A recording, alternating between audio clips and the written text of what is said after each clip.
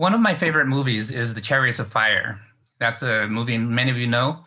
Olympian and future missionary Eric Liddell was explaining as a Christian why he was still competing in the Olympics when many thought that that was a distraction to God's work. He said, and I quote, "I believe God made me for a purpose, but he also made me fast. And when I run, I feel his pleasure." Before his race, he was handed a note from 1 Samuel chapter 2, "Those who honor me, I will honor."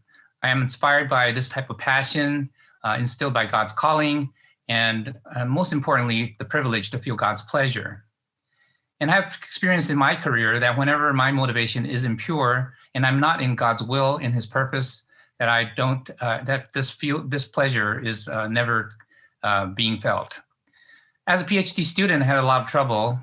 And in the first 3 years, I was struggling to get anything working. My research project was failing. My fellow students on the other hand, were very successful. And I saw them and I got anxious and jealous. But this time, God was good and had mercy. He gave me a strong sense that I needed to be aligned with him. So ever since then, I wanted to be true to myself, to really seek God's will. And he helped me stumble upon what he called me to do and how he wanted me to do research. And so this is really fulfilling the passage that I was reading, "Delight in the Lord, and he will give you the desires of your heart." The Holy Spirit really speaks to us researchers, engineers, and helps us to find this purpose and help us to feel his pleasure.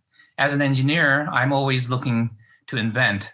God helped me and know that he designed me, prepared me, and uniquely made me so that I'm curious, easily bored, and always thinking of new ways to do things.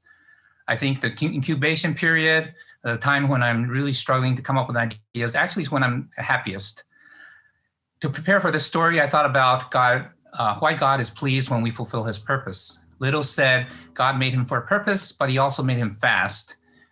And today's topic is integrating faith and science. Perhaps we should focus on not integrating, but on fulfilling God's purpose and for us to feel his pleasure.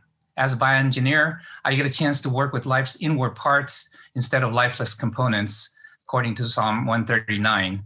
And my recent work is on microfluidic precision medicine, and I work with the body's immune system to try to treat and work with God's ultimate engineered creation, the human body. When you work on a puzzle, when you see it completed, it's really a very sense of awe. The same thing goes for research. When it actually works, it is done. That feeling that God had is felt by researchers and scientists when they complete their research.